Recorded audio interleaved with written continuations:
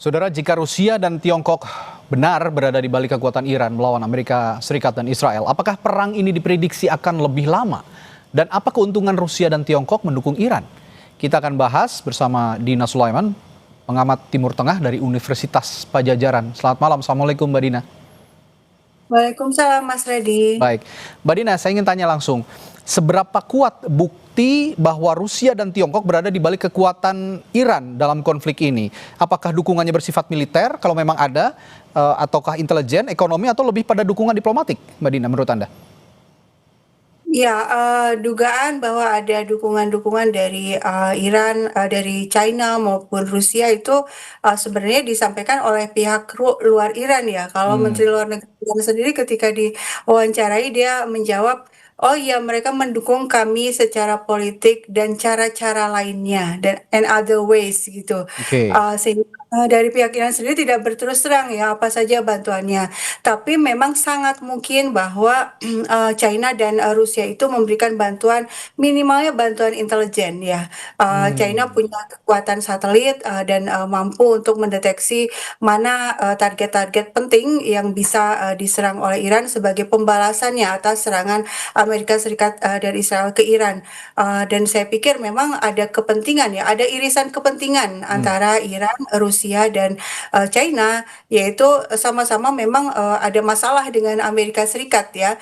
oke. Kita tahu Rusia ini kan juga bermasalah dengan Amerika Serikat karena Amerika mendukung Ukraina. Hmm. China juga ada masalah perang dagang, persaingan dagang dan lain-lain. Oke, artinya kalau tadi bantuan intelijen yang Anda sampaikan tadi untuk menyokong Iran dalam konteks konflik Iran dengan Amerika Serikat dan Israel, ini masuk dalam konteks kepentingan geopolitik begitu ya, Mbak Dina ya?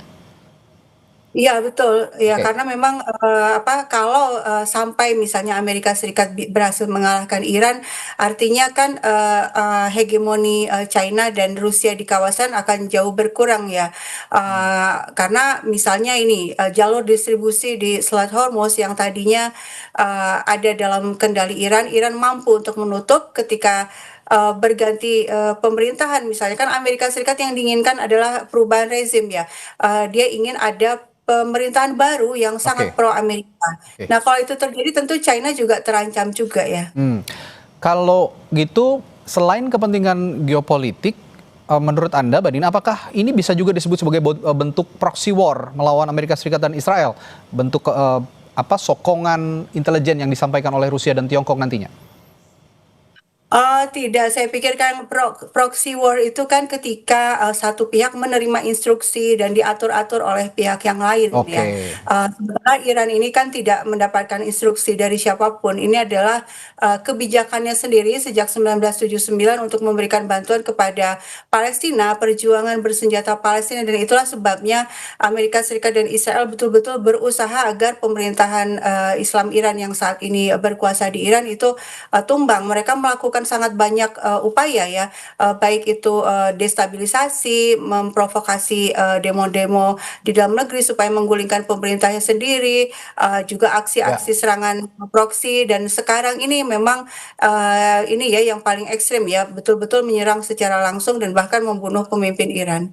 Oke, artinya Rusia dan Tiongkok sepertinya akan lebih memilih berada di belakang layar ya untuk menyokong Iran pada saat perang terjadi. Nah, kira-kira kalau kita bicara untung dan rugi begitu ya, keuntungan strategis Rusia jika Iran mampu menahan tekanan Amerika Serikat dan Israel, dan juga keuntungan dari Tiongkok dengan upaya yang serupa, apa kira-kira, Mbak Dina? Ya, pada akhirnya ketika Amerika Serikat hegemoninya jauh berkurang di kawasan ya, kita bisa bayangkan saat ini kan yang dilakukan oleh Iran kan menyerang pangkalan-pangkalan militer Amerika Serikat di Timur Tengah.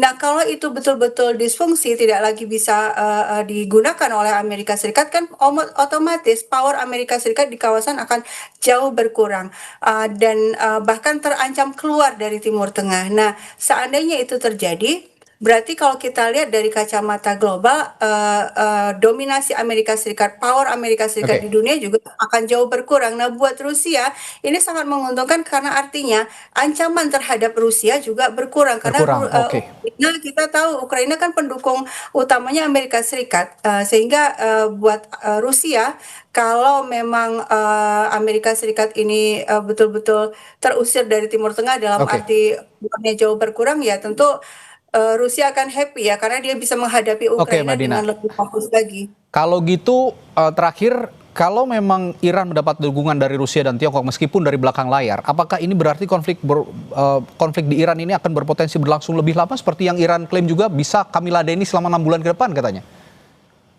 Ya, kalau dari pihak Iran, dia menyatakan percaya diri, karena juga kita lihat bagaimana Iran ini produksi senjatanya diproduksi secara mandiri dan berbiaya rendah, tapi efektif. Ya. Sementara sebaliknya justru yang perlu khawatir adalah Amerika Serikat, dan itu suara-suara dari dalam negeri juga sudah banyak ya bahwa amunisi Amerika Serikat ini betul-betul dalam kondisi gawat, sehingga memang justru Amerika yang tidak sanggup untuk berlama-lama. Tapi baik Trump maupun Menteri Perangnya Trump, Pete Hegseth itu kan terus berusaha ya menunjukkan bahwa mereka kuat, mereka bisa lama. Tapi menurut saya itu lebih ke ini ya, membangun citra untuk menekan lawan.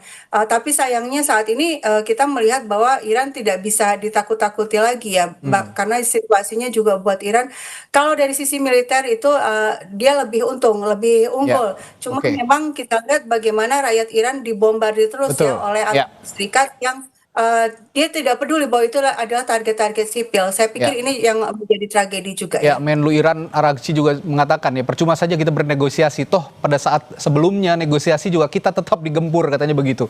Baik, terima kasih analisisnya Mbak Dina Sulaiman, analis Timur Tengah dari Universitas Padjadjaran telah berbagi perspektifnya di Sapa Indonesia Malam. Selamat malam, Assalamualaikum, sampai jumpa lagi. Waalaikumsalam Mas.